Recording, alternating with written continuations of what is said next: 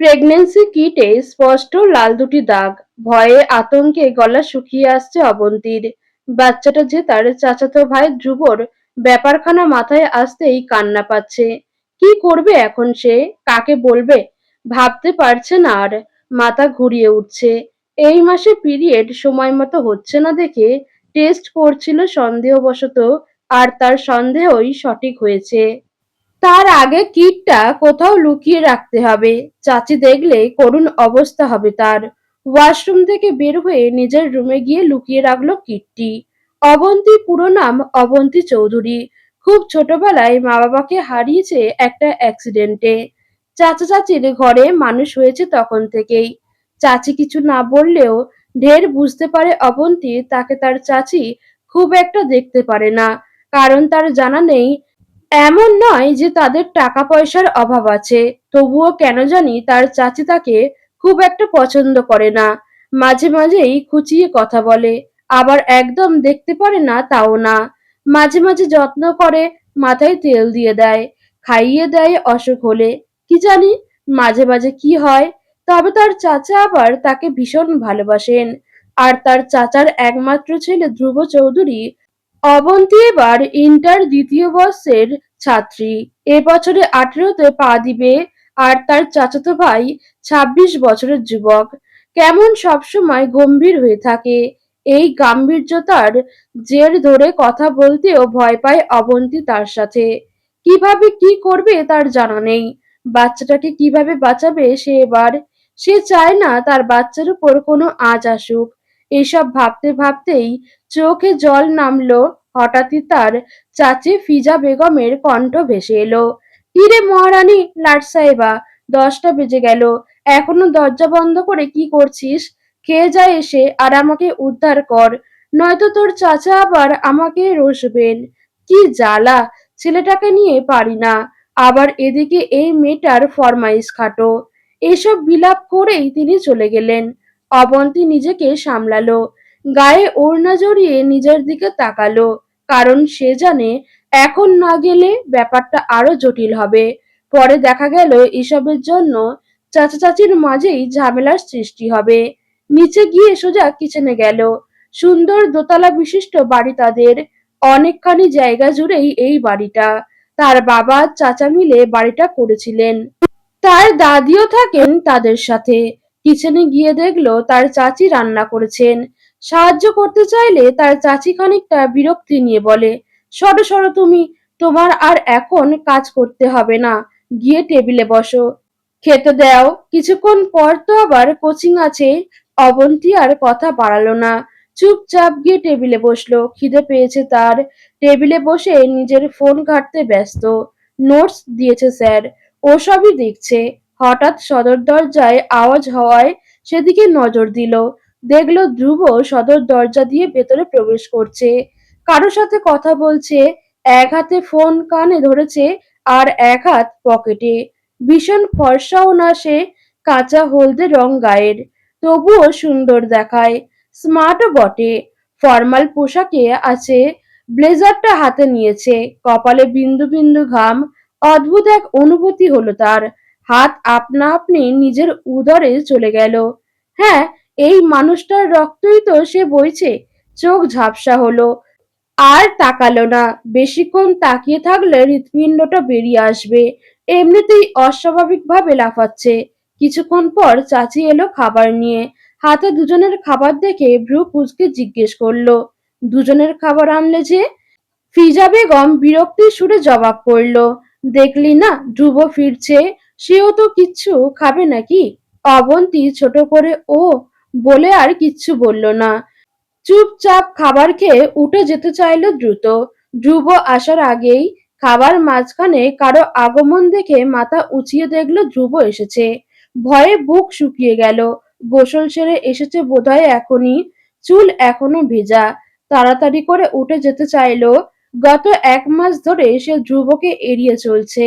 তখনই ধ্রুবর গমগমে স্বর শোনা গেল, খাবার অপচয় করা যে ভালো নয় তা কি জানে না? এত শিক্ষিত হয়ে লাভ কি যদি খাবারের মূল্যই না বোঝে? অবন্তী বুঝলো তার উঠে যাওয়াটা ধ্রুবর পছন্দ হয়নি। তবুও সে দাঁড়ালো না। হেঁটে চলে যেতে নিবে তখনই চাচি আসলো। বলল, কিরে অবন্তী, খাবার খাসনি কেন? না খেয়ে ভর দুপুরে কোচিংয়ে যাবি? আর পরে অসুখ বাঁধিয়ে পড়ে থাকবি? খেয়ে যা সবটা। খিদে নেই বড় আম্মু, এসে খাবো। কেন খিদে নেই? কাল রাতেও ঠিক মতো খাসনি, এখনো না খেয়ে যাবি? তার সামনে যে পরীক্ষা, তার খেয়াল আছে তো নাকি? অবন্তী দীর্ঘশ্বাস ফেলল। যাকে এড়িয়ে যেতে চাইছে তার সামনেই পড়তে হচ্ছে বারে বার। অগত্যা তার টেবিলে বসে পড়ল। তবে একবারও চোখ তুলে তাকালো না। খাবার দ্রুত শেষ করে উঠে চলে এলো নিজের রুমে। রুমে গিয়েই দরজাটা আটকে শুয়ে পড়ল বিছানায়।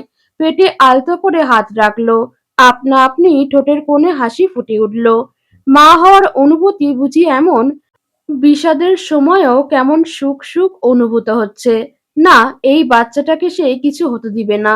যে করেই হোক বাঁচাবে সে। নিজের ভেতরে বেড়ে উঠছে একটা প্রাণ। কিছুতেই এই প্রাণটাকে হারাতে চায় না সে। নিজের অস্তিত্ব এটা। এই প্রাণটাই আছে শুধু যে তার আপন। বেঁচে থাকার এক চিলতে ভরসা। ভাবতেই মনটা প্রফুল্লতায় ভরে উঠল। তবে পরক্ষণেই ধ্রুবর কথা মাথায় আসতেই হাসি মিইয়ে গেল। বাচ্চাটা তো ধ্রুবরই অংশ, অথচ এই বিষয়ে তার কোনো ধারণাই নেই। এইসব চিন্তায় কেমন পাগল পাগল লাগছে নিজেকে। তবে এসব নিয়ে ভাবলেও তো চলবে না। পড়ালেখাও করতে হবে। উঠে বসলো অবন্তী। কোচিংয়ে যেতে হবে তার, সামনেই এক্সাম। সময় নষ্ট করলে চলবে না। রেডি হয়ে নিল সে। ঢিলেঢালা পোশাক পরে গায়ে ওড়না জড়ালো। কাঁধে ব্যাগ নিয়ে নিচে নেমে এলো। চাচিকে দেখলো না আশেপাশে কোথাও। ভাবলো হয়তো নিজের রুমেই আছে। সে চাচির রুমের দিকে গেল। গিয়ে দেখলো তার চাচি ধ্রুবর সাথে কথা বলছে। সে তাদের মাঝে ঢুকলো না। নিম্ন স্বরে চাচির উদ্দেশ্যে বলল, চাচি, আমি বের হচ্ছি। বলেই চলে আসলো।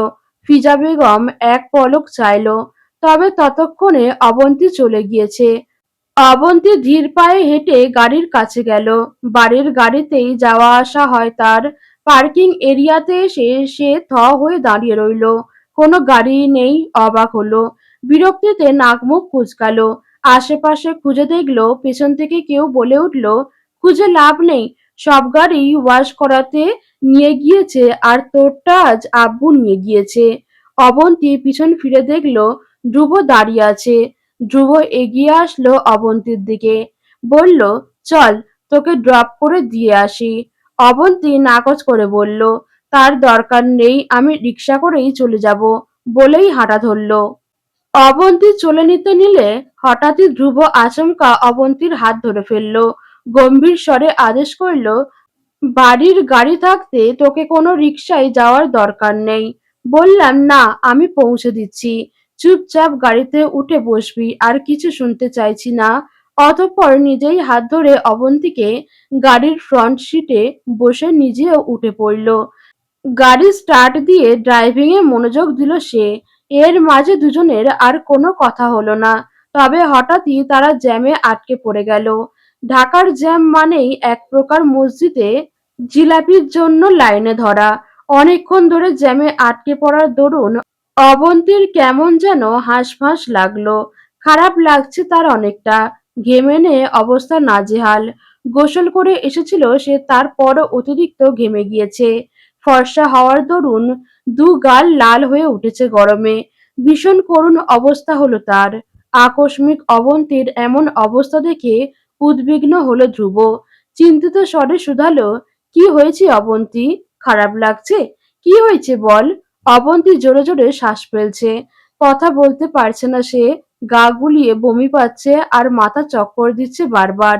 জ্যামে গরমের কারণে এমন অবস্থা, সাথে প্রেগন্যান্সির লক্ষণ তো রয়েইছে। নিজেকে ধাতস্থ রেখে উত্তর করার চেষ্টা করল, আমি ঠিক আছি। পানি, পানি আছে? শ্বাস প্রশ্বাস দ্রুত ওঠানামা করছে। ধরা গলায় বহু কষ্টে অস্ফুট স্বরে শুধুমাত্র একটি বাক্য আওড়াতে পারল। কথাটা শুনে ধ্রুব তৎক্ষণাৎ পানির বোতল বের করে দিল। গাড়ির এসিটা খানিকটা বাড়িয়ে দিল, যাতে অবন্তীর গরম না লাগে। ধ্রুব জিজ্ঞেস করলো, এখন কেমন লাগছে? অবন্তী ততক্ষণে শরীর ছেড়ে দিয়ে সিটে হেলান দিয়ে চোখ বন্ধ করে রয়েছে। স্পষ্ট বোঝা যাচ্ছে জোরে জোরে শ্বাস নিচ্ছে। অবন্তী উত্তর করল না। ধ্রুব আবারও শুধায়, কণ্ঠে তার ভীষণ ভয়। অবন্তী, এই অবন্তী, বাসায় চলে যাব? বেশি খারাপ লাগছে, এক্ষুনি জ্যাম ছুটে যাবে, ডক্টরের কাছে যাই। অনবরত অবন্তীর উদ্দেশ্যে এক একটা কথা বলে যাচ্ছে ধ্রুব। তবে ডাক্তারের কথা শুনে ভয় পেল অবন্তী। ডাক্তারের কাছে গেলে সব জেনে যাবে ধ্রুব। তাই সে বায়ে ডানে মাথা নাড়িয়ে অসম্মতি প্রকাশ করল। কথা ঘোরানোর জন্য প্রত্যুত্তরে বলল, আচার আছে? ধ্রুবর ভ্রু কুঁচকে এলো। জানতে চাইল, আচার? আচার কেন? মাথা ঘুরছে। ধ্রুব কোনো উত্তর করল না। হয়তো বমি পাচ্ছে গরমে, সেটা ভেবে নিজের কাছে থাকা আচারটা সে অবন্তীকে দেয়। দাদির জন্য কিনেছিল, খেতে পছন্দ করেন কিনা। তবে কাজের জন্য দেওয়া হয়নি। এখন ওটাই কাজে লাগলো। ধ্রুব আলতো হাতে অবন্তীর মাথাটা নিজের কাঁধে রাখলো। অবন্তী কিছু বলল না। গা গুলিয়ে আসছে বারবার। তলপেটে হাত ছোঁয়ালো সে। খারাপ লাগছে ভীষণ। আজকের তাপমাত্রা একটু বেশিই মনে হচ্ছে। তার উপর জ্যাম। নাজেহাল অবস্থা হয়েছে অবন্তীর। তবে সৌভাগ্যবশত তখনই জ্যাম ছুটে গেল। অবন্তীও আস্তে আস্তে স্বাভাবিক হলো। এশিয়ার বাইরের হাওয়ায় চোখ লেগে আসলো তার। ওভাবেই ধ্রুবর কাঁধে মাথা রেখে ঘুমিয়ে পড়ল। মিনিট 20 পরেই তার কোচিংয়ে পৌঁছে গেল। ধ্রুব অবন্তীকে ডাকলো বার কয়েক। তবে অবন্তী উত্তর করল না। বুঝলো অবন্তী ঘুমিয়েছে। তখনই অবন্তী নড়ে চড়ে উঠল। চোখ খুলে দেখলো দেখলো তারা পৌঁছে গিয়েছে। তা দেখে অবন্তী নামতেই যাবে তখনই ধ্রুব নরম সুরে শুধালো, বাড়ি চলে যাবি অবন্তী? খারাপ লাগছে এখনো? অবন্তী সাধারণ ভাবেই বলল, না, আমি ঠিক আছি। ধ্রুব একই স্বরে বলল, আচ্ছা ঠিক আছে, আমি তোকে পিক করতে আসবো তাহলে। অপেক্ষা করিস, দেরি হলে আর যদি পরে খারাপ লাগে তাহলে আমাকে একটা কল করিস, কেমন? অবন্তী কেবল মাথা নেড়ে সম্মতি জানায়। কিছুই ভালো লাগছে না তার। আজ নয়তো কাল সবাই সবটা জেনে যাবে। তখন কি হবে? এসব ভাবতে ভাবতেই ক্লাসে গিয়ে বসলো সে। কোনো মতে একটা ক্লাস করেই বেরিয়ে গেল। মন বসছে না আজ। একটা রিক্সা নিয়ে বাসায় চলে এলো। ধ্রুবকে ফোন করার কথা বেমালুম ভুলেই গেল। সে এসেই ফ্রেশ হয়ে শুয়ে পড়ল। ঘুম ভাঙল দুপুর 3টে নাগাদ। তাদের কোচিং শেষ হয় 2টোয়, আর সে বাসায় এসেছিল 1টা নাগাদ। তখনই মাথায় এলো ধ্রুবর তো তাকে নিয়ে আসার কথা ছিল। তখনই দেখলো তার মোবাইলটা অযত্নে পড়ে আছে ফ্লোরে। হয়তো পড়ে গিয়েছে। সে তুলে দেখলো মোবাইল বন্ধ। মোবাইলে চার্জ লাগালো সে। এখন উঠতে একটুও মন চাইল না তার। ইচ্ছে করছে আরো একটু ঘুমোতে। তবে ঘুমালো না সে। উঠে একটু ছাদে গেল। ছাদ হলো মন ভালো করার আরেক নাম। আরো যদি নিজে হাতে তৈরি বাগান হয় তাহলে তো আর কথাই নেই। বাগানে ঘোরাঘুরি করলো কিছুক্ষণ। নিজের বাগানের যত্ন নিল। ফুলগুলো তার ভীষণ যত্নে গড়া। অল্পখানিক হলেও মনটা ঠিক হলো। এসবেই প্রায় 4:30 বেজে গেল। ধ্রুবকে ফোন করার কথা মাথা থেকেই ছুটে যায়। নিচে এসে চাচা চাচি আর দাদির জন্য চা বানালো। এই সময় সকলে ঘুম থেকে উঠে ড্রয়িং রুমেই থাকে। তাই সে নিত্যদিনের মতো চা বানিয়ে সকলকে দিল। তার বড় আব্বু নির্মল চৌধুরী স্নেহময় কণ্ঠে উত্তেজিত হয়ে বলল, আহা, এটারই দরকার ছিল মা এখন, থ্যাঙ্কস, বলেই একগাল হাসলো। তা দেখে অবন্তীও হেসে বলল, আমি তো জানি বড় আব্বু, তাই তো নিয়ে এসেছি। নির্মল চৌধুরী ফের হেসে উঠলেন। অবন্তীর দাদি নূরজাহান কিছুটা রাগী স্বরে অবন্তীর উদ্দেশ্যে বললেন, কি হে সতীন আমার, আজ আসিসনি যে আমার কাছে? একটু নাটকীয় ভঙ্গিতে ঠোঁট উল্টে ফের শুধালেন, নাকি এই বুড়িটাকে ভুলেই গেছিলি? অবন্তী অল্প হেসে বলল, কি যে বলো না দাদি, কোচিং থেকে এসেই ঘুমিয়ে পড়েছিলাম তো তাই। সবার সাথে একটু আধটু কথা বলে কিচেনে গেল আবার। নিজের জন্য 1 কাপ কফি বানিয়ে উপরে চলে গেল। দরজা বন্ধ করে দিয়ে পড়তে বসলো। পড়তে পড়তে কবে যে 9টা বেজে গেল টেরই পেল না। বড় আম্মু খাবারের জন্য ডাকতে আসলে সে পরে খাবে বলে আবার বসলো। আর মাত্র 3 মাস বাকি পরীক্ষার। ভালো রেজাল্ট করতে হবে তাকে। 10টার দিকে হঠাৎ দরজায় নক পড়ায় সে উঠে বসলো। বার কয়েক কে জিজ্ঞেস করেও যখন সাড়া পেল না, ভাবলো হয়তো চাচি এসেছে ডাকতে, কেননা সে খেতে যায়নি। তবে দরজা খুলে ধ্রুবকে দেখে খানিকটা অপ্রস্তুত হলো সে, কেননা গায়ে কোনো ওড়না ছিল না তার, শুধুমাত্র টি-শার্ট আর ট্রাউজার। ধ্রুবকে দেখলো সে হাতে খাবারের প্লেট নিয়ে চোয়াল শক্ত করে দাঁড়িয়ে আছে। কোনো কথা না বলে সে ভেতরে চলে এলো। ধ্রুবকে আচমকা ভেতরে আসতে দেখে চমকালো, অবাক ভঙ্গিমায় শুধালো, কি হয়েছে? হঠাৎ আমার রুমে কেন? উত্তর করল না ধ্রুব। সে গিয়ে বিছানায় বসলো। অবন্তী আরো অনেক প্রশ্নই করল তাকে, কোনো জবাব দিল না। শেষে অবন্তী বলল, আপনি চলে যান প্লিজ। বড় আম্মু আপনাকে আমার রুমে দেখলে। আর কিছু বলতে পারল না সে। ধ্রুব এসে আচমকাই দুই বাহু চেপে ধরল। তাদের মধ্যে দূরত্ব নেই বললেই চলে। ধ্রুবর প্রতিটি নিঃশ্বাস অনুভব করছে অবন্তী। অতঃপর ধ্রুব জাঁতালো কণ্ঠে শুধায়, একবারও মনে হলো না তোর আমাকে কল করার কথা? কোথায় না কোথায় খুঁজেছি আমি, হ্যাঁ, কলটাও রিসিভ করছিলি না। চিন্তা হয় না আমার? আমাকে কি তোর মানুষ মনে হয় না? এত কেন জ্বালাস আমায়? অবন্তী যেন বেকুব বনে গেল। সে জ্বালায়, তাও আবার ধ্রুবকে? কবে, কখন, কি করেছে সে? বুঝতে পারল না সে। হাতে ভীষণ চাপ অনুভব হচ্ছে। ধ্রুবর চোখ দুটো রক্তিম বর্ণ ধারণ করেছে, কপালের নীলরঙা রগগুলো ভাসমান। বেশ বুঝতে পারছে অবন্তী ভীষণ রেগে গিয়েছে ধ্রুব। অবন্তী শান্ত স্বরে জবাব করল, মাথায় ছিল না আমার, আর তাছাড়া ফোন অফ হয়ে গিয়েছিল, তাই ধরতে পারিনি ফোন। এবার ছাড়ুন, লাগছে আমার। ধ্রুব আবারও একই স্বরে বলল, লাগুক, আরো বেশি লাগুক। তোর লাগে আর আমার লাগে না, তাই না ইডিয়েট? তুই আসছিস না দেখে কোচিং এ কল করলাম, ওরা বলল তুই চলে এলি, ফোনটাও অফ তোর। Do you have any idea how many times I called you? এসেছিস কাউকে জানাশোনি? দাদিকে ফোন দেওয়ার পর শুরুতে জানলাম তুই আসিসনি, তখন কি অবস্থা হয়েছিল আমার তোর কোনো আইডিয়া আছে? কত ঘন্টা নিয়ে খুঁজেছি তোকে জানিস, বেয়াদব? অবন্তী কোনো জবাব দেয় না। তাতে ধ্রুবর মেজাজ আরো খারাপ হয়। সে কণ্ঠে আরো কঠোরতা ঢেলে শুধালো, এখন কথা বেরোচ্ছে না কেন মুখ দিয়ে? দুপুর থেকে খাসনি কেন? নিজেকে কি মনে করিস, হ্যাঁ? অবন্তীর নির্লিপ্ত স্বর, খেতে ইচ্ছে করছিল না তাই। ধ্রুব চেঁচিয়ে বলল, এক থাপ্পড় দিব বেয়াদব। খেতে ইচ্ছে করছে না মানে? না খেয়ে খেয়ে কি এই অবস্থা করছিস নিজের? বাড়িতে শরীর কন্ডিশন সম্পর্কে জানিয়েছিস বলে তো মনে হয় না। তার মাঝে কিছু খাসনি, চুপচাপ বসবি আর খাবারটা খাবি। বলেই ধ্রুব অবন্তীকে ছেড়ে দিল। অবন্তী তখন মুখ চোখ কালো করে বসে আছে। হাসি পায় ধ্রুবর, পিছলে হাসে সে। কেমন ছোট্ট বাচ্চাদের মতো মুখ করে রেখেছে, ঠায় দাঁড়িয়ে আছে, এক ফোঁটাও নড়ছে না। ধ্রুব আবার ধমক দিয়ে উঠল, কি হলো, কথা কানে যায় না? কি বললাম? অবন্তীকে তখনও দাঁড়িয়ে থাকতে দেখে নিজেই ওকে নিয়ে বিছানায় বসালো। অতঃপর হাত ধুয়ে এসে খাওয়াতে নিলে অবন্তী বলল, আমি নিজেই খেতে পারবো। বোঝাই যাচ্ছে রেগে আছে।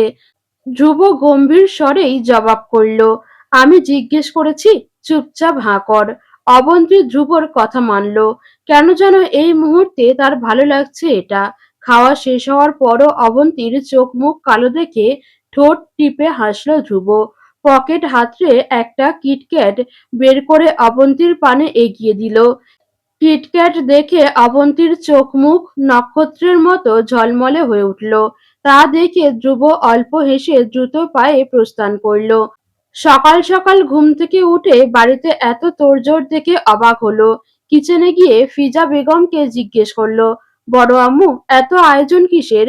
ফিজা বেগম কাজ করতে করতে জবাব করলো, আজকে তোর বড় আব্বুর বন্ধু আসবেন, তার মেয়ের সাথে ধ্রুবর বিয়ের কথা চলছিল না, তো আজ পাকা করতে আসবেন। ফিজা বেগমের কথায় যেন মনে হলো কেউ অবন্তীর বুকে ছুরি বসিয়েছে। হৃদস্পন্দন বেড়ে উঠেছে, পা দুটো টলমল করছে। কোনো মতে নিজেকে সামলে রুমে চলে আসলো। রুমে আসা মাত্রই ভর ছেড়ে দিয়ে মেঝেতে বসে পড়ল। নীলরঙা নীলাভ সমুদ্রের জল এতদিন তাও ভালোবাসতো ধ্রুবকে, কিন্তু এখন তো সে ধ্রুবর অংশকেই নিজের মধ্যে ধারণ করে আছে। কিভাবে মেনে নিবে এসব? কি করবে এখন সে? সে ধ্রুবকে কিছু বলতে পারছে না কেন? ভয়ে? হ্যাঁ, ভয়ই তো। যদি ধ্রুব মেনে না নেয়, যদি অ্যাবর্শনের কথা বলে, যদি চাচি কিছু করে, ক্ষণে ক্ষণে চিন্তা বাড়ছে তার। এসব ভেবে কান্নার বেগ আরো বেড়ে গেল। নিজের উদরে হাত ছুঁয়ে নিজের অংশকে উদ্দেশ্য করে আওড়ালো, ভুল বুঝিস না মাম্মাম তোর পাপাকে, সে তোর ব্যাপারে কিছুই জানে না। আমি কথা দিচ্ছি আমি তোর কিছুই হতে দিব না। মাম্মামের উপর ভরসা রাখ। দুপুর 2টো নাগাদ অতিথিরা এলো। আফজাল শেখ, তার সহধর্মিণী মৌনী চৌধুরী এবং তার একমাত্র কন্যা এলিসা শেখকে নিয়ে ধ্রুপদের বাড়িতে এলো। ফিজা বেগম সমাদরে তাদের উষ্ণ অভ্যর্থনা করলেন। ড্রয়িং রুমে বসে সকলে গল্প করে যাচ্ছে। নির্মল চৌধুরীও এতদিন বাদে প্রিয় বন্ধুকে পেয়ে পেটে জমানো সকল কথা উগলে দিচ্ছেন। তবে সবার মাঝে থাকা এক রমণীর চোখ বারংবার চড়ুই পাখির ন্যায় চারিপাশে নজরবন্দি করছে। কাউকে খুঁজছে হয়তো। আটপৌরে লাল শাড়িতে উজ্জ্বল শরীরখানা আরো উজ্জ্বল দেখাচ্ছে। পাতলা গড়নের সুন্দর কোমর উচ্চতায় বোধহয় ধ্রুবর কাঁধ বরাবর হবে। জহুরি নজরে মেয়েটির সম্পূর্ণ আচরণ লক্ষ্য করছে অবন্তী। সিঁড়ির কাছে দাঁড়িয়ে আছে সে, হতাশ হলো খানিকটা। ধ্রুবর পাশে বেশ মানাবে মেয়েটাকে। হঠাৎ ফিজা বেগমের ডাক এলো, কিরে তুই ওখানে দাঁড়িয়ে দাঁড়িয়ে কি দেখছিস? এসে আমাকে একটু সাহায্য কর। অবন্তী নিচে গেল, হাতে হাতে সবকিছু এগিয়ে দিয়ে একপাশে গিয়ে দাঁড়ালো। খানিক বাদে ধ্রুবর আগমন ঘটল। অতিথিদের দেখে তার কপালে 2-3টে ভাঁজ পড়ল। সেসবে পাত্তা দিল না সে, নিজের রুমের দিকে অগ্রসর হলো। তবে তখনই ফিজা বেগম তাকে আটকে দিলেন। হাত টেনে দূরে গিয়ে কি যেন বললেন। ধ্রুব বিরক্ত, তা স্পষ্ট বোঝা যাচ্ছে তার চেহারা দেখে। খানিক বাদে নিজেও এসে বসল তাদের মাঝে। এর মধ্যেই আফজাল শেখ বললেন, তার নির্মল বিয়ের ডেটটা কবে ফাইনাল করছো? নির্মল চৌধুরী মুখ চোখ কালো করে ফেললেন তা শুনে। এমন কথায় ধ্রুব অবাক চোখে ফিজা বেগমের দিকে চাইল। তিনি ধ্রুবকে চোখ দিয়ে আশ্বস্ত করলেন। ধ্রুব আরেকবার অবন্তীর দিকে ফিরল। নতমস্তকে দাঁড়িয়ে আছে। ধ্রুবর এবারে মেজাজ খারাপ হলো। উঠে চলেই যাবে তখনই কারো আগমনে থমকে যায়। অচেনা পুরুষের পুরুষালী কণ্ঠস্বরে সকলেই সেদিকে নজর ঘোরালো। হাই এভরিওয়ান, আমাকে ছাড়াই দেখছি বিয়ে সেরে ফেলছো। অচেনা মানবটির দিকে তাকিয়ে আফজাল শেখ হেসে ফেললেন। এলিসা দৌড়ে গিয়ে পুরুষটিকে জড়িয়ে ধরে বলে, ভাইয়া তুমি কখন এলে? কিছুক্ষণ আগেই। পুরুষটি গিয়ে বসার জায়গায় বসলো। আফজাল শেখ পরিচয় করিয়ে দিলেন, ও আমার ছেলে কৃষাণ, ডক্টর কৃষাণ। নানা কাজে বাইরে থাকে, তাই তোমাদের সাথে পরিচয় হয়ে ওঠেনি হয়তো। সবাই আবারও বিয়ের ব্যাপারে কথা আরম্ভ করলো। ফিজা বেগম বললেন, পরের মাসে ফিক্সড করি, কি বলেন? এক কথায় এলিসার মুখ লাল বর্ণ ধারণ করলো। লজ্জা পেয়েছে হয়তো। এরই মাঝে ধ্রুব একটা জিনিস লক্ষ্য করছে, কৃষাণ কেমন দৃষ্টি ঘুরিয়ে ঘুরিয়ে অবন্তীকে দেখছে। চোয়াল শক্ত হয়ে এলো ধ্রুবর। প্রচন্ড রাগে উঠে চলে গেল নিজ কক্ষে। পিছু পিছু ফিজা বেগমও আসলেন। রুমে ঢোকা মাত্রই শুধালেন, চলে এসেছিস কেন? ধ্রুব যেন নিয়ন্ত্রণ হারালো। গর্জে উঠে বলল, কি শুরু করেছো তুমি? আমার বিয়ে, অথচ আমাকে জানানোর প্রয়োজনটাও মনে করলে না। গ্রেট। কেন করবে না তুমি বিয়ে? ধ্রুব একই স্বরে বলল, ইউ নো দ্য রিজন গুডলি, I am already a married man. Further এসব যেন আমি আর না দেখি বলে দিচ্ছি। ফিজা বেগমও চেঁচিয়ে উঠলেন, এ বিয়ে আমি মানি না, এটা কোনো বিয়ে নয়। তোমাকে মানতেও বলিনি, যাও এখন। বলেই ধ্রুব দরজা বন্ধ করে দিল। মেজাজ তার ভীষণ বাজে হয়ে আছে। নিজের রুমে শুয়ে আছে অবন্তী। মাথায় তার অনেক ভাবনা। তার মধ্যে একটা হলো, বাচ্চাটা তো পিতৃহারা হবে যদি সে ধ্রুবকে না জানায়। তখন সবাই তাকে টিজ করবে। সে তো জানে মা বাবা না থাকলে কেমন লাগে।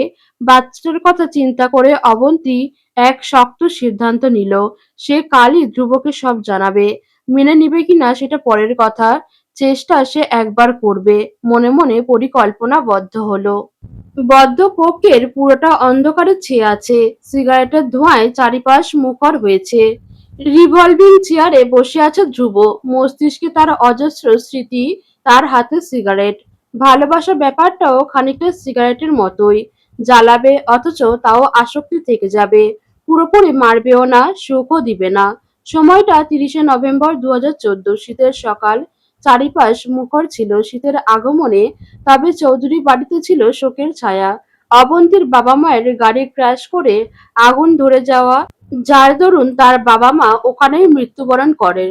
তবে কোনোভাবে অবন্তী বেঁচে গিয়েছিল। তাকে ছিটকে দূরে ফেলে দেওয়ায় ছোট ছেলে আর ছেলের বউয়ের এমন করুণ মৃত্যু মেনে নিতে পারেন না সুজিত চৌধুরী।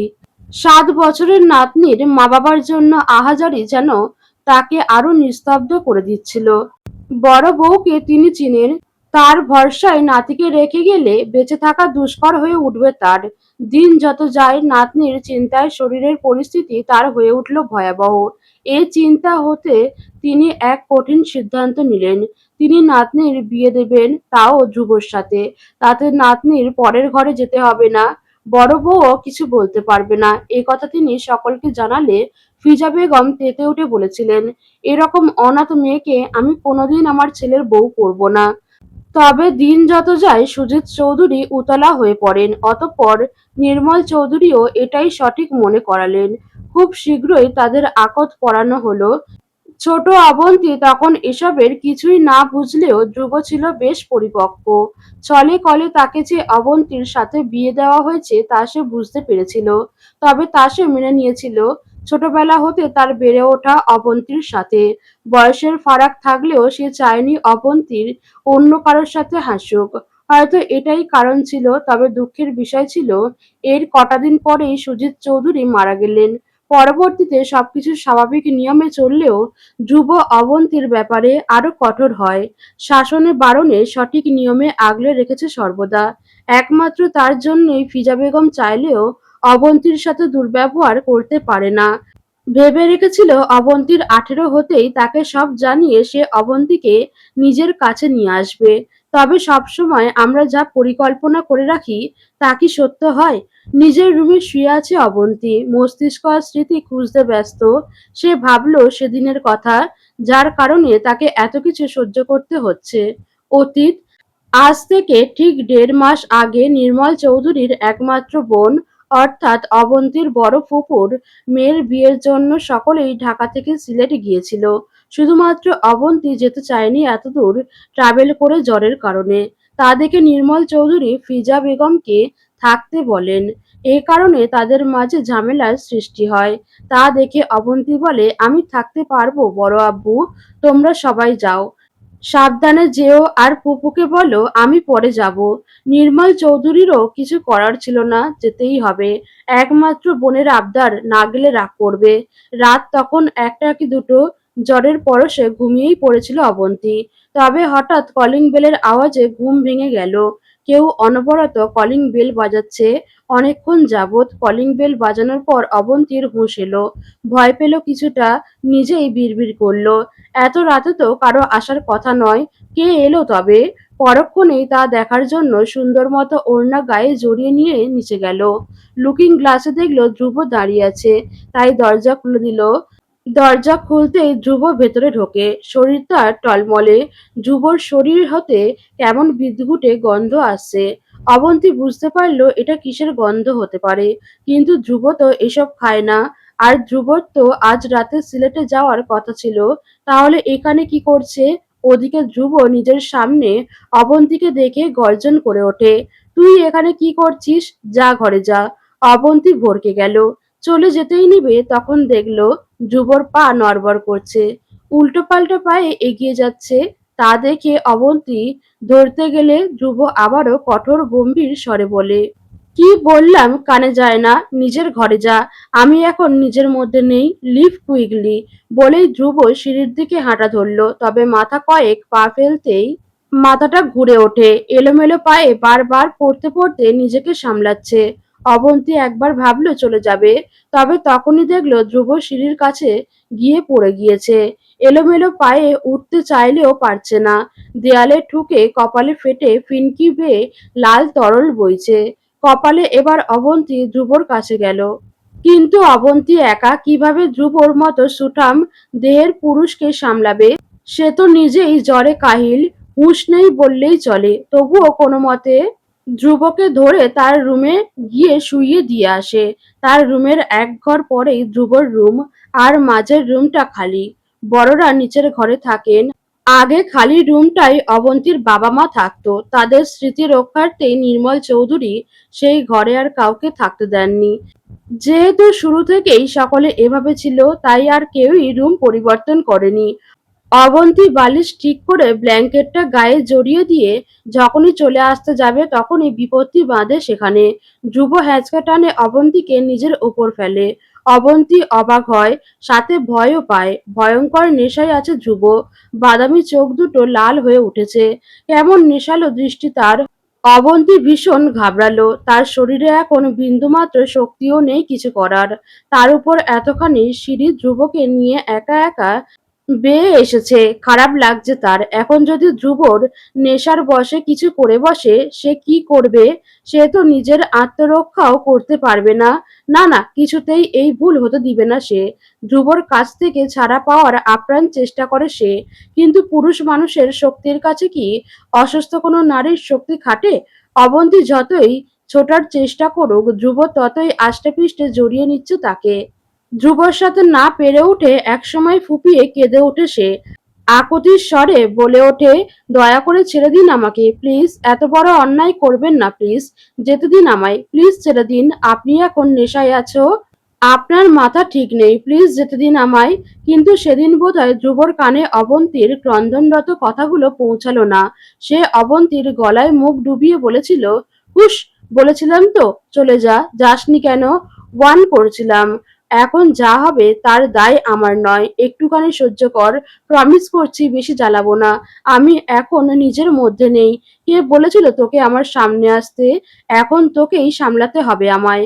অতঃপর আরো গভীরভাবে মুখ গুজল অবন্তীর গলায়।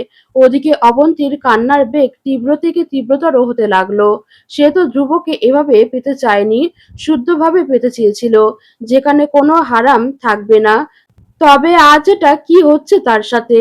রাত বাড়ার সাথে সাথে ধ্রুবর হাতের বিস্তারও আরো গভীর হতে শুরু করলো। আরো বাড়তে লাগলো তার পাগলামো। অবন্তী কিছুই করতে পারলো না। সব শেষ হয়ে গেল ভোর 4টার দিকে। ধ্রুব ক্লান্ত হয়ে অবন্তীকে ছেড়ে দেয়। অবন্তী বিছানার সাথে কিছুক্ষণ লেপ্টে থাকে। এক ফোঁটাও শক্তি নেই তার শরীরে। ওঠার শক্তিও সে পাচ্ছে না। সারা অঙ্গ প্রত্যঙ্গ ব্যথা হয়ে রয়েছে। জায়গায় জায়গায় লাল লাল ছোপ ছোপ দাগ। চোখের পানি বোধহয় শুকিয়ে গিয়েছে। তাই তো এখন আর কান্না পাচ্ছে না। পাশ ফিরে চাইলো একবার। কি সুন্দর আরামে ঘুমাচ্ছে ধ্রুব। নিষ্পাপ শিশুর থেকে কম কিছুই লাগছে না ধ্রুবর গোলগাল চেহারাটা। সামনের চুলগুলো মুখে এসে পড়েছে। যে কেউ দেখলেই প্রেমে পড়তে বাধ্য হবে। অথচ এই পুরুষটাই তাকে। এর চেয়ে বেশি ভাবতে পারল না সে। ভীষণ কষ্টে উঠে বসলো। নিজের জামা কাপড়ে ঠিক করে নিল। হঠাৎ মাথায় এলো ধ্রুবর তো এসব কিছুই মনে থাকবে না, কিন্তু কলঙ্ক পড়বে অবন্তীর গায়ে। যদি বড় আব্বু আর বড় আম্মু এসে দেখে এসব, যদি বুঝে যায় সব, নিশ্চিত বড় আম্মু তাকে মেরে ফেলবে। সে কখনোই তার ছেলের দোষ দেখতে চাইবে না। আবারও কান্না পেল তার।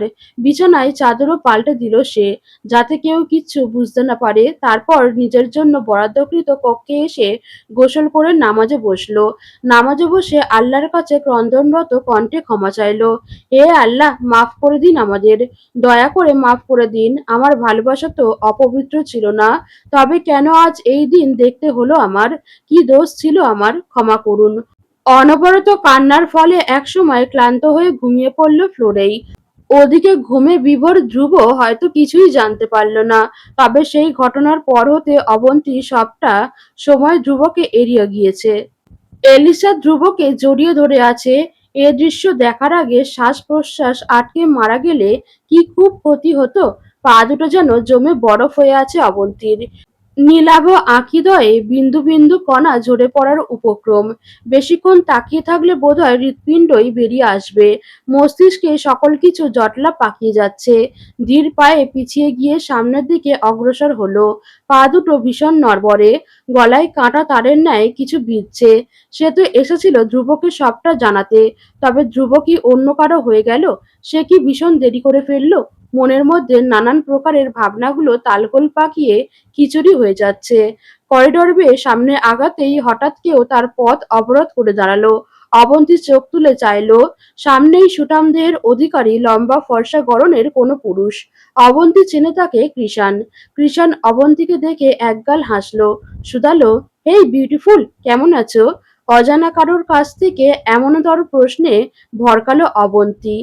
এই লোকটা এখানেই বা কি করছে? হয়তো কোনো কাজে এসেছে। অবন্তী চলে যেতে চাইল। কৃষাণ আবারও পথ আটকে দাঁড়ালো, বলল, কাঁদছিলে কেন? অবন্তী বিরক্ত হয়। একে তো নিজের ঝামেলায় মাথা হ্যাং হওয়ার উপক্রম, তার মধ্যে এ কোন উজবুক উড়ে এসে জুড়ে বসলো, তার মাথায় ঢুকলো না। বিরক্তিসূচক আদল নিয়ে শুধালো, আপনি কে মশাই? আপনাকে কেন এত কিছুর উত্তর দিতে হবে? কৃষাণ চোখ টিপে বলল, আমি তোমার অপরিচিত অথচ পরিচিত কেউ। অবন্তীর সমান ভ্রুজোড়া কুঁচকে কপালে দু একটা ভাঁজের সৃষ্টি করল। ঝাঁঝালো স্বরে বলল, কি আবোল তাবোল বকছেন? কৃষাণ অল্প হেসে বলে, আমি কিন্তু সব জানি। অবন্তী ঘাবড়ালো। কি জানে লোকটা? চোখে মুখে বিস্ময়তা। বিস্ময়কর কণ্ঠেই শুধালো, কি জানেন? কৃষাণ একই স্বরে বলে, সবকিছু, এমনকি যা তুমি জানোও না তাও জানি। অবন্তী দ্রুত পায়ে পাশ কাটিয়ে চলেই যাবে, তখনই কৃষাণের গম্ভীর কণ্ঠস্বর শোনা গেল, শোনো সুন্দর নেত্রের মেয়ে, তোমার হৃদয় কাঁপানো চোখে সুন্দর হাসির ঢেউ মানায়, অশ্রুরা তোমার নির্মল চোখের যোগ্য নয়। এ কথায় অবন্তীর নেত্র শিথিল হলো। পেছন ফিরে একবার চেয়ে দেখলো, পরক্ষণেই সরে এলো। অবন্তী চলে যেতেই কৃষাণের মায়াময় হাসি মিইয়ে গেল। সুন্দর আদলখানায় ভর করল একরাশ বিষণ্ণতা। চোখ বুজে আওড়ালো, কি সাংঘাতিক নারী তুমি! অন্য পুরুষের স্ত্রী হওয়ার পরও তোমায় আমি নিজের করে চাওয়ার মতো তীব্র পাপ করেছি। হে আল্লাহ, দুনিয়ায় এত এত বন্দি থাকার পরও আমার এই চোখ দুটো কেন এই মেয়েটাকে খুঁজে নিল? আমি যে মানতে পারি না এই রমণী আমার নয়। What the hell are you doing Elisa? তোমার সাহস কি করে হলো আমাকে টাচ করার? আমি তোমাকে চলে যেতে বলেছি, শুনতে পাওনি? আবর্জনা ছোঁয়ার ন্যায় এলিসাকে ছিটকে দূরে সরিয়ে দিল ধ্রুব। ছিটকে দূরে পড়ে এলিসা। এলিসা এসেছিল খানিক আগে ধ্রুবর সাথে কথা বলতে। চাইলে সে তখনই তাকে বেরিয়ে যেতে বলে। তবে এলিসা অবন্তীকে এদিকে আসতে দেখে হঠাৎই ধ্রুবকে জড়িয়ে ধরে। এলিসাও সমান তালে গর্জে ওঠে, কেন করবে না আমায় বিয়ে? বলো, ওই অনাথ থার্ড ক্লাস মেয়েটার জন্য? না জানি কোথায় কি। আর বলতে পারল না। সজোরে থাপ্পড় পড়ে গালের ডান পাশে। শক্তপোক্ত হাতের থাপ্পড়ে ফর্সা আদলে 5 আঙুলের দাগ বসে গেল নিমিষেই। অবাক চোখে তাকালো সে। ধ্রুব কঠিন গলায় শাসিয়ে বলে, don't dare to say any more further. এমন কথা তোমার মুখে শুনলে সেই দিনই তোমার শেষ দিন হবে, মাইন্ড ইট। ফের চেঁচিয়ে বলল, নাও গেট আউট। এলিসা রাগে দুঃখে ক্ষোভে বেরিয়ে গেল। যেতে যেতে বিড়বিড় করলো, you are only my mister Dhruv Chowdhury, no one can separate you from me. কি ভীষণ অদ্ভুত! 4টি হৃদয় বন্দি খাঁচার পাখির ন্যায় ছটপট করছে একটু ভালোবাসার লোভে, অথচ ফলাফলের খাতায় প্রাপ্তি শূন্য। অন্ধকার রুমের এক কোনায় জড়সড় হয়ে বসে আছে অবন্তী। এলোমেলো চুল, চোখ মুখ শুকনো, ফোলা ফোলা আঁখিদ্বয় হতে এখনো পানি ঝরছে। হঠাৎই কান্না মিশ্রিত কণ্ঠে নিজেকে নিজেই বিড়বিড়িয়ে বলে, কেন এমন সবসময়? কেন? আমার ভাগ্যে কি সুখ নেই? যখনই ভাবি সব ঠিক হবে তখনই আবার এক দমকা হাওয়া সব তছনছ হয়ে যায়। কেন হচ্ছে এমন? হঠাৎ কান্নায় ভেঙে পড়ে অস্ফুট স্বরে আওড়ায়, পাওয়া না পাওয়ার হিসেব আমি সবসময় না পাওয়ার দলে পড়েছি, হারাতেই আমি অভ্যস্ত। পূর্ণতা আমার দলিল না। তবে আজ কেন আপনাকে না পাওয়ার শূন্যতা আমায় গ্রাস করছে? কেন বক্ষপটে এতটা উচাটন সৃষ্টি করছে আপনার নাম? এতটা কাছে পেয়েও কেন শীতের কুয়াশার বিলীন হলেন আপনি? আমার এই অপ্রাপ্তিটা যে আমি মেনে নিতে পারছি না। হঠাৎ মনে হলো তার মা নীরা খান তাকে হাত পেতে ডাকছে। সে চাইলো সামনে গিয়ে জড়িয়ে ধরতে, তবে ধরতে গেলেই উধাও হয়ে গেল। জীবনের এ পর্যায়ে এসে মায়ের অভাব আরো ভীষণ করে বুঝতে পারছে অবন্তী। মায়েরা তো ছায়া হয়, যাদের আঁচলের নিচেই স্বর্গসুখ। মা বাবা থাকলে কি এসব হতো? হয়তো না। এর মধ্যে ফিজা বেগম এলেন ডাকতে, অবন্তী একটু নিচে আয়, আমাকে সাহায্য করে যা। অবন্তী চোখ মুখ মুছে স্বাভাবিক স্বরে উত্তর করল, আসছি বড় আম্মু। অতঃপর ফ্রেশ হয়ে এসে নিচে গেল। ডিনার সার্ভ করতে করতে ততক্ষণে নির্মল চৌধুরী সহ সকলে এলো। নূরজাহান রাতের খাবারটা নিজের ঘরেই খায়। সাথে এলো এলিসা। এলিসাকে দেখে সকলে অবাক হলো। ফিজা বেগম সবার উদ্দেশ্যে বললেন, আজ থেকে এলিসা কটা দিনের জন্য আমার কাছেই থাকবে। সবাই বিরক্ত হলো খানিকটা। মেয়েটা খারাপ নয়, তবে সারাক্ষণ ধ্রুবর গা ঘেঁষাঘেঁষি করাই যেন তার স্বভাব। নীরব দর্শক হয়ে সবটা শুনল শুধু অবন্তী। ততক্ষণে অবন্তী এবং ফিজা বেগমও খাবার টেবিলে বসে পড়ল। ২-১ মিনিট পর চেয়ার টেনে কারো বসার শব্দ হলো। বুঝল ধ্রুব এসেছে, তবু চোখ তুলে তাকালো না। ফিজা বেগম ছেলের থালায় খাবার তুলে দিলেন। অবন্তী চুপচাপ মাথা নিচু করে নিজের খাবার শেষ করে উঠে চলে গেল। ধ্রুবকে সে সম্পূর্ণটাই এড়িয়ে গেল। যে মানুষটা তার নয়, তার সাথে মায়ার বন্ধন বাড়িয়ে কি হবে? আর কিছুদিন পরই তো তার এত বছরের কাঙ্ক্ষিত পুরুষটি অন্য কারো হয়ে যাবে। মেনে নিতে পারবে না সে এসব থেকে পালিয়ে যাওয়া সঠিক। আর তাছাড়া তার আর তার সন্তানের জন্য এটাই ভালো হবে। সিদ্ধান্ত কঠোর হলেও এটাই তার জন্য সঠিক। এই দেশে আর থাকবে না সে, আমেরিকায় চলে যাবে এবার সে। এ দেশ তাকে কি দিয়েছে? দিয়েছে বললে ভুল হবে, নিয়েছে। সবই তো নিয়েছে, শেষটুকু না হয় তারই থাকলো। এসব ভাবতে ভাবতেই চোখে অশ্রুরা হানা দিল নীলরঙা আঁখিদয়ে। গোটা একটা রাত নির্ঘুম কাটলো তার। কি নির্মম পরিহাস ভাগ্যের! তার ভালোবাসার মানুষটার অংশ নিজের পেটে নিয়ে ঘুরছে সে, আর সেই পুরুষটা আর কিছুদিন পরই অন্য কারো হয়ে যাবে, হারিয়ে ফেলবে চিরতরে। তাছাড়া তারও ইচ্ছে নেই কারোর কাছে বোঝা হয়ে থাকতে। ভোর তখন ৫টা, চোখটা লেগে এসেছিল সবে, তবে কারো উপস্থিতি টের পেয়ে চোখ মেলে চাইল আশেপাশে। চোখ ঘুরিয়ে পাশেই হঠাৎ ধ্রুবকে দেখে চমকালো। উঠে বসে ততস্থ কণ্ঠে শুধালো, আপনি এখানে কেন, তাও আবার এত রাতে? ধ্রুবর নির্লিপ্ত স্বরে জবাব, ঘুম আসছিল না তাই। অবন্তী বিরক্ত হলো, ঘুম আসছে তাই তার রুমে আসবে কেন? আর কাল রাতে কি দরজা লাগায়নি? হয়তো না, সেজন্যই ঢুকতে পেরেছে। বিরক্তিতে শব্দ উচ্চারণ করে শুধালো, মানে কি, ঘুম আসছে না তাই বলে কি আমার রুমে আসবেন? ধ্রুব জিজ্ঞেস করলো, আমাকে এড়িয়ে চলার কারণ কি? কি করেছি আমি? অবন্তী তাজ্জব বনে গেল। সে কি জিজ্ঞেস করলে?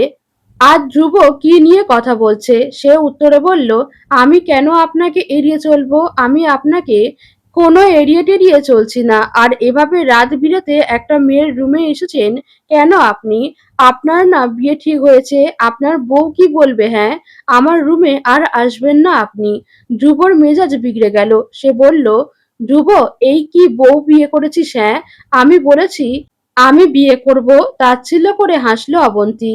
বীর বিড়ালো, বউকে বাড়িতে এনে জড়াজড়ি করছেন আর এখন বলছেন বিয়ে করবেন না? দুমুখো মানুষ কোথাকার!